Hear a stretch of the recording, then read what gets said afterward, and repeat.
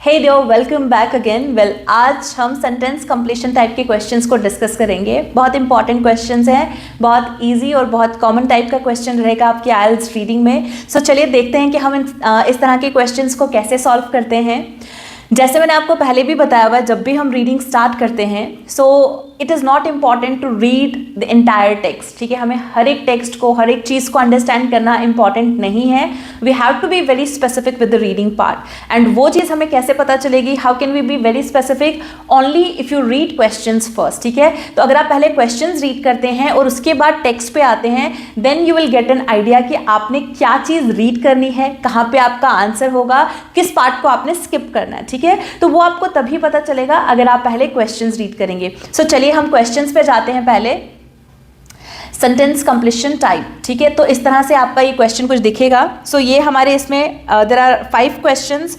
So it's very important that you read instructions first. ठीक है, कभी भी इंस्ट्रक्शन स्किप नहीं करना चाहिए, बिकॉज जब भी आप इंस्ट्रक्शन स्किप करेंगे, यहाँ पे लिखा होगा नो मोर देन 1 वर्ड, आपने वो चीज़ स्किप कर दी, आपने 2 वर्ड्स लिख दिए, आपका आंसर गलत हो गया। यहाँ पे लिखा है नो मोर देन 3 वर्ड्स, तो आपने 3 वर्ड से ज़्यादा लिख लिया, आपका आंसर गलत हो गया।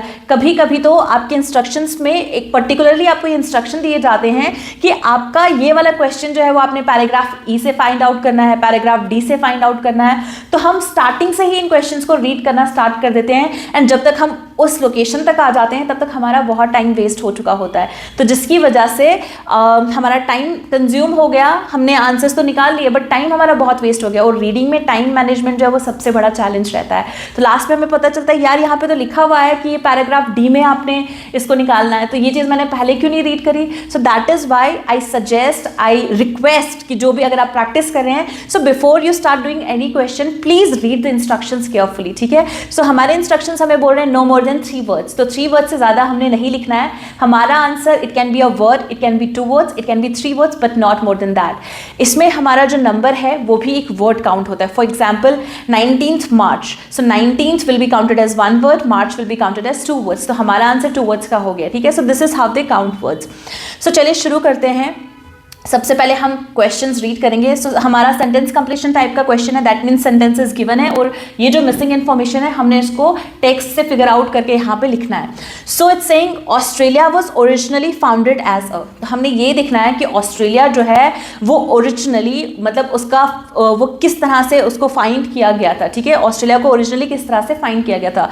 तो हमारे जो कीवर्ड्स हैं, Australia is going to be my keyword, originally is going to be my keyword and founded is going to be my keyword. ठीक है, तो सेंटेंस कंप्लीशन में हमने क्या करना है, कीवर्ड्स को आइडेंटिफाई करना है and then we have to read in the paragraph, और उसके बेसिस पे हमने देखना है कि यहाँ पे क्या आंसर मेरा फिट बैठेगा। इट्स वेरी इंपॉर्टेंट कि आप सिर्फ एक ही स्टेटमेंट ना रीड करें, आपने एटलीस्ट 2-2 क्वेश्चन के स्टेटमेंट्स को रीड करना है। वाई? बिकॉज लेट्स से आपको इसके कीवर्ड्स नहीं मिल रहे हैं, अननेसेसरली आपका टाइम वेस्ट हो रहा है, आपको इसके आंसर नहीं मिल रहे हैं और आपको ये भी नहीं पता है कि मेरे नेक्स्ट क्वेश्चन के कीवर्ड्स क्या हैं, जो आपको at least it will give you a stop कि हाँ यहाँ आपका नेक्स्ट क्वेश्चन स्टार्ट हो रहा है, अब आपने इसके ऊपर ही ढूंढना है, आप नीचे आ गए। ठीक है, वो चीज़ आपको तभी पता चलेगी जब आप पहले इंस्ट्रक्शंस रीड आप पहले 2-2 क्वेश्चन के स्टेटमेंट्स को साथ साथ रीड करेंगे। ठीक है, सो चलिए रीड करते हैं। The major consideration in colonising Australia was Britain's. ठीक है, किसकी बात हो रही है? ऑस्ट्रेलिया के कॉलोनाइजिंग की बात हो रही है और ये बोल रहा है कि जो ऑस्ट्रेलिया को कॉलोनाइज किया गया था उसका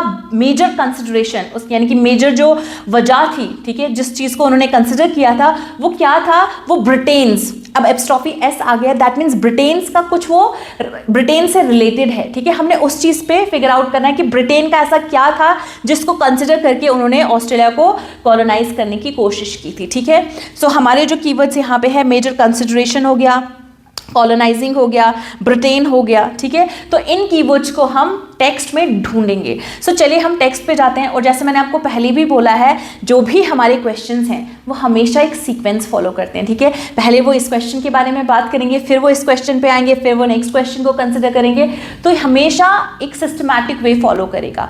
चलिए देखते हैं, पहला क्वेश्चन हमारा क्या है कि ऑस्ट्रेलिया जो है it was originally founded as a, तो किस तरह से ऑस्ट्रेलिया को किस तरह से पहले फाइंड किया गया था, ढूंढते हैं हम उसको।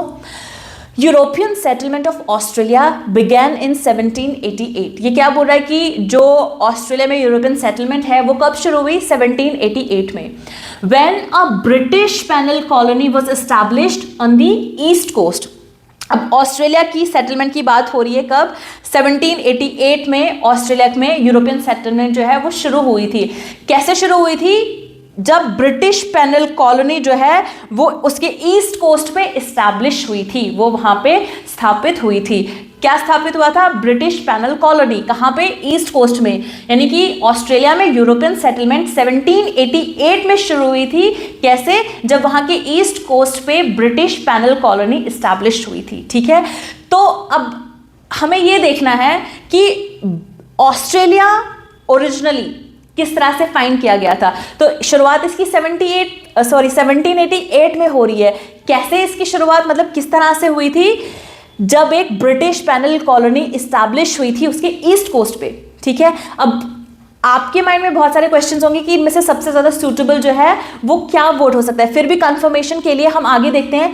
From this starting point Australia grow rapidly, तो इस पॉइंट से ऑस्ट्रेलिया जो है वो बहुत तेजी से एंड कॉन्टिन्यूली लगातार एक्सपैंड करता गया अक्रॉस द एंटायर कॉन्टिनेंट। अब ये बोल रहा है कि इस पॉइंट से ऑस्ट्रेलिया जो है वो रैपिडली ग्रो कर गया। किस पॉइंट से, जब उसने अपनी ब्रिटिश पेनल कॉलोनी इस्टेब्लिश की ईस्ट कोस्ट पे। ठीक है, तो हमारा आंसर क्या होगा, क्या हमारा आंसर ऑस्ट्रेलिया हो सकता है, नहीं। क्या हमारा आंसर जो है वो यूरोपियन सेटलमेंट हो सकती है, Australia was originally founded as a European settlement, नहीं, क्योंकि ये तो बोला कि European settlement of Australia began in 1788 when a British penal colony was established. तो कहीं ना कहीं हमारा जो आंसर, अगर हम इसमें थोड़ा सा थॉरो स्टडी करेंगे, इसको अंडरस्टैंड करने की कोशिश करेंगे, तो ऑस्ट्रेलिया जो उसकी शुरुआत कैसे हुई, क्या एस्टैब्लिश हुआ था, ब्रिटिश पेनल कॉलोनी इस्टेब्लिश हुआ था 1788 में। तो ब्रिटिश पेनल कॉलोनी से इसकी स्टार्ट हुई है। तो हमारा आंसर जो है वो क्या आएगा, Australia was originally founded as a British penal colony.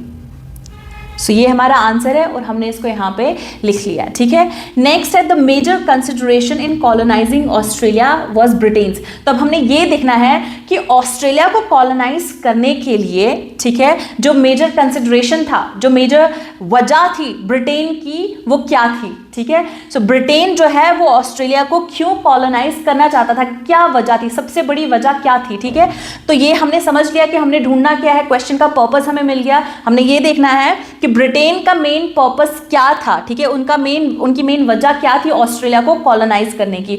सो चलिए टेक्स्ट में इसको ढूंढने की कोशिश करते हैं। सो जैसे हमारा जो फर्स्ट क्वेश्चन है वो यहां से हमारा स्टार्ट हुआ। ठीक है, कि ऑस्ट्रेलिया की शुरुआत कैसे हुई थी, ब्रिटिश पेनल कॉलोनी वहां पे एस्टैब्लिश हुई थी। Next, a number of reasons contributed to Britain's decision to colonize Australia। अब यहां से स्टार्ट हो रहे हैं हमारे रीजंस। ठीक है, ये क्या बोल रहा है, a number of reasons contributed, यानी कि बहुत सारी रीजंस थे, बहुत सारे ऐसे वजह थी जिसने कंट्रीब्यूट किया ब्रिटिश के इस डिसीजन को, ब्रिटेन के इस डिसीजन को कि ऑस्ट्रेलिया को कॉलोनाइज करना। कॉलोनाइज का मतलब वहां पे लोगों को इंट्रोड्यूस करना, वहां पे जनसंख्या को बढ़ाना, वहां के लोगों को। ठीक है, ब्रिटिश के लोगों को ऑस्ट्रेलिया में कॉलोनाइज करना। तो अब ये बोल रहा है कि a number of reasons contributed to Britain's. अब हमारा क्वेश्चन भी कुछ ऐसा ही था, the major consideration in colonising Australia was Britain's. तो अब हमने ये देखना है, अब ये तो बता रहा है कि number of reasons were there. ठीक है, अभी हमने उनको पढ़ा नहीं कि क्या क्या रीजंस थे। अब हमने ये देखना कि जो बहुत सारे रीजंस थे उनमें से मेजर कंसिडरेशन क्या था। ठीक है, मेजर वजह, जो मेजर रीजन जो था वो क्या था, तो वो मेजर रीजन जो होगा वो हमारा आंसर होगा। सो चलिए, ये बोला a number of reasons contributed to Britain's decision to colonize Australia। ठीक है, अब ये नंबर ऑफ रीजंस बता रहे, तो देखते हैं अब वो नंबर ऑफ रीजंस क्या है। The most important factor, the major consideration। ठीक है, यहां पे भी इन्होंने स्ट्रेस दिया इस रीजन को, इन्होंने क्या बोला है, the most important factor, the most important reason, the major consideration was Britain's need to relieve its overcrowded prisons। ठीक है, overcrowded prisons को रिलीव करना था। तो हमारा, अब हमें ये तो पता चल गया कि जो इसका मोस्ट इंपॉर्टेंट रीजन जो था वो क्या था, the most important factor was Britain's need to relieve its overcrowded prisons. तो हमारा आंसर जो है वो कहीं ना कहीं इसी सेंटेंस में होगा। अब हमने ये देखना है इन जो भी यहाँ पे ये जो कीवर्ड्स है, इन कीवर्ड्स के बेसिस पे या जो भी यहाँ पे वर्ड्स लिखे हुए हैं, इन वर्ड्स के बेसिस पे हमने देखना है कि हमारे आंसर में सबसे ज़्यादा जो बेस्ट फिट है वो कौन सा है। तो चलिए क्वेश्चन पे फिर से आते हैं। क्वेश्चन हमें क्या बोल रहा है? The major consideration in colonising Australia was Britain's. ठीक है, तो ब्रिटेन का क्या था?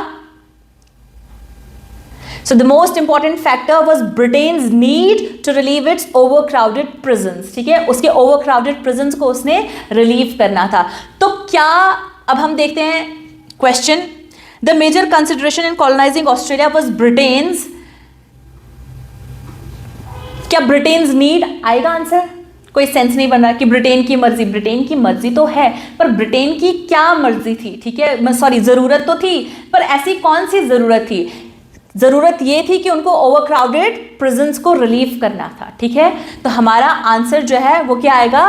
To relieve its overcrowded prisons. ठीक है, ओवरक्राउडेड प्रिजन्स को रिलीव करना। पर एट द सेम टाइम हमने ये देखना है कि हमारा क्वेश्चन जो है वो कह रहा है कि नॉट मोर देन 3 वर्ड्स, तो रिलीव इट्स ओवरक्राउडेड प्रिजन्स, तो ये पूरा तो आएगा नहीं। तो इसमें से इंपॉर्टेंट जो वर्ड्स हैं वही हमारे आंसर्स होंगे। ठीक है, तो जिसमें अगर हम रिलीव को हटा दें, ओवरक्राउडेड प्रिजन्स हमारा आंसर बनेगा।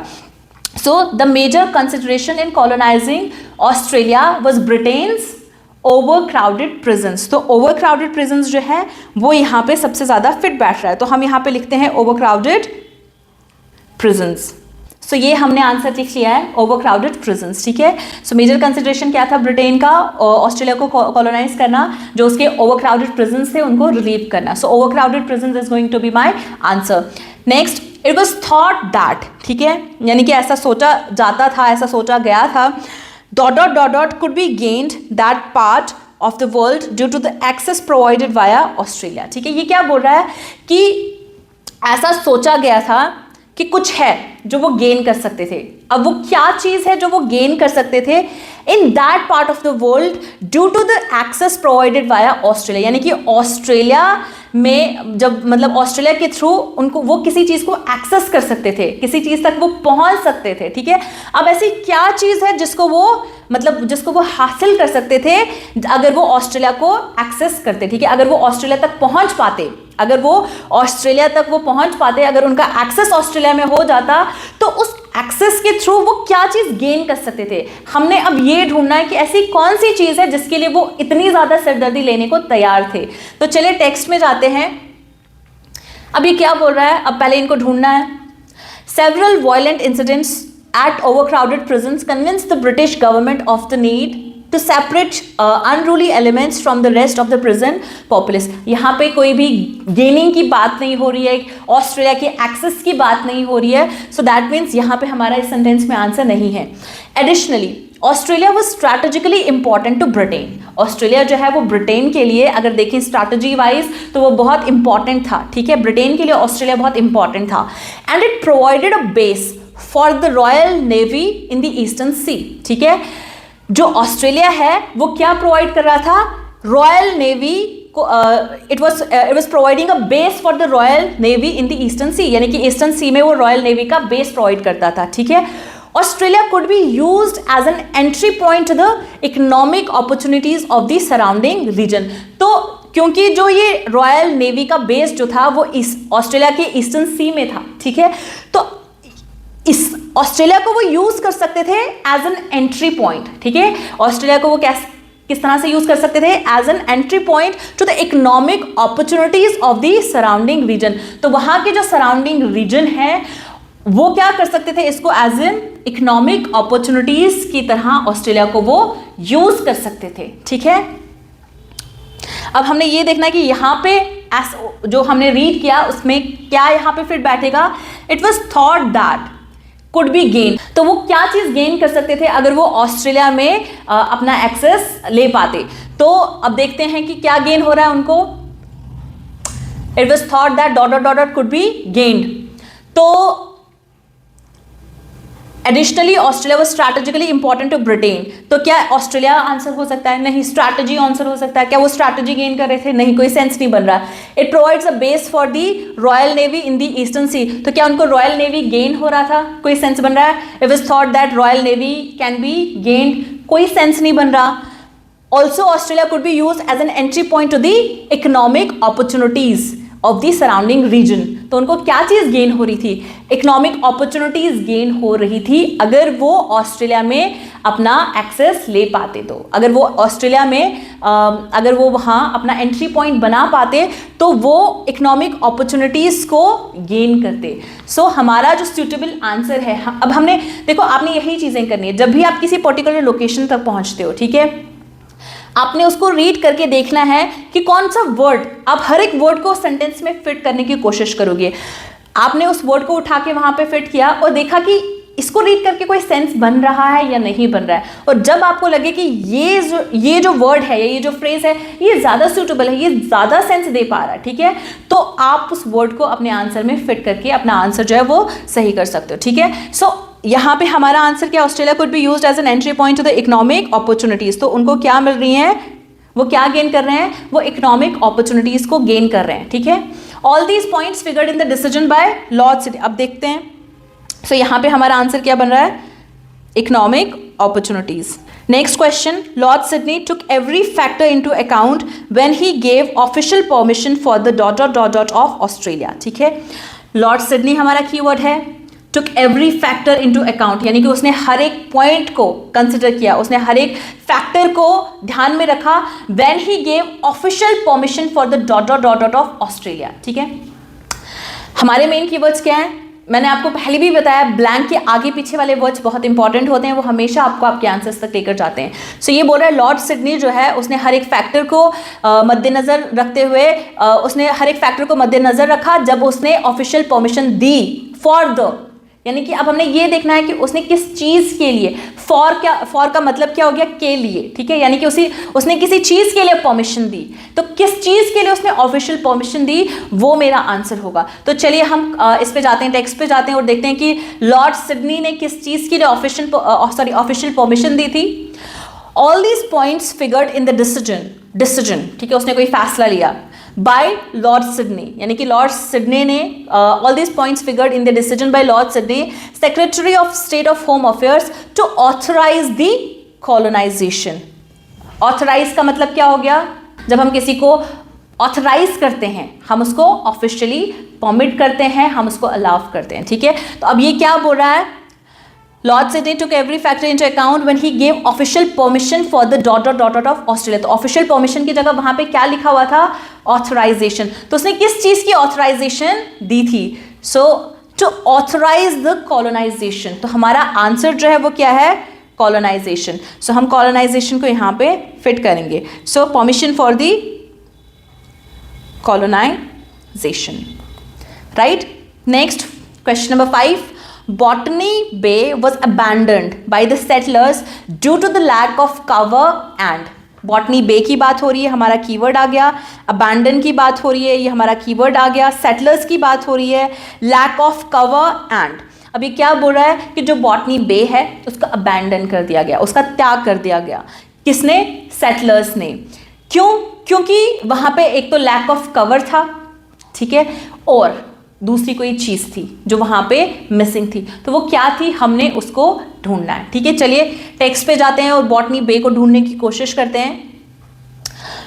To this effect, on May 13, 1787, Captain Arthur Phillip, commanding 11 ships full of convicts, left Britain for Australia, ठीक है। किसकी बात हो रही है, जो कैप्टन आर्थर था, जो 11 शिप्स को कमांड कर रहा था, जिसमें कन्विक्ट्स, जिस शिप में कन्विक्ट्स थे, उन्होंने ब्रिटेन छोड़ा ऑस्ट्रेलिया के लिए, यानी कि वो ऑस्ट्रेलिया जा रहे थे ब्रिटेन से। He successfully landed a full fleet at Botany Bay, ठीक है। तो उसने जो 11 शिप्स को कमांड कर रहा था, तो वो सारे शिप्स जो हैं वो लैंड किए कहाँ पे, बॉटनी बे में, ऑन जनवरी 18, 1788, ठीक है। अभी तक हमें वो इन्फॉर्मेशन नहीं मिल रही, हमने ये देखना है, एक तो जो बॉटनी बे है उसमें एक तो लैक ऑफ कवर था, और दूसरा, ठीक है, जो सेटलर्स थे जो वहां पे सेटल होने जा रहे थे, उन्होंने वहां पे सेटल होने से मना किया। क्यों मना किया, एक तो वहां पे कवर, एक तो लैक ऑफ कवर था, अब वो लैक ऑफ कवर का हम यहाँ पे देखेंगे सिनोनिम उन्होंने क्या यूज किया हुआ है, और दूसरा वहां पे कोई और चीज जो थी जिसकी वजह से उन्होंने वहां पे सेटल होने से मना कर दिया। तो however they left the bay 8 days later because of its openness, उन्होंने क्या किया, they left the bay, ठीक है, वो उन्होंने लैंड किया बॉटनी बे में, पर ये बोल रहा है कि उन्होंने बे को छोड़ा, ठीक है, लीव किया 8 days later, 8 दिनों बाद, यानी कि 8 दिन वहां रहने के बाद उन्होंने बे को छोड़ दिया, बिकॉज ऑफ इट्स ओपननेस, उसके ओपननेस की वजह से। वहां पे वो क्या बोल रहा था, लैक ऑफ कवर, यानी कि वहां पे कवर नहीं था। कवर क्या होता है, पर्दा, ढक्कन, कुछ भी जो किसी चीज को बंद करे, ठीक है, तो ये वही बोल रहा है बिकॉज ऑफ इट्स ओपननेस। तो जहां पे ऑब्वियसली अगर लैक ऑफ कवर है तो दैट मीन्स वो चीज ओपन है, राइट। सो ओपननेस का सिनोनिम इन्होंने वहां पे क्या यूज किया हुआ है, लैक ऑफ कवर। तो ये वही बोल रहे हैं because of its openness and poor soil.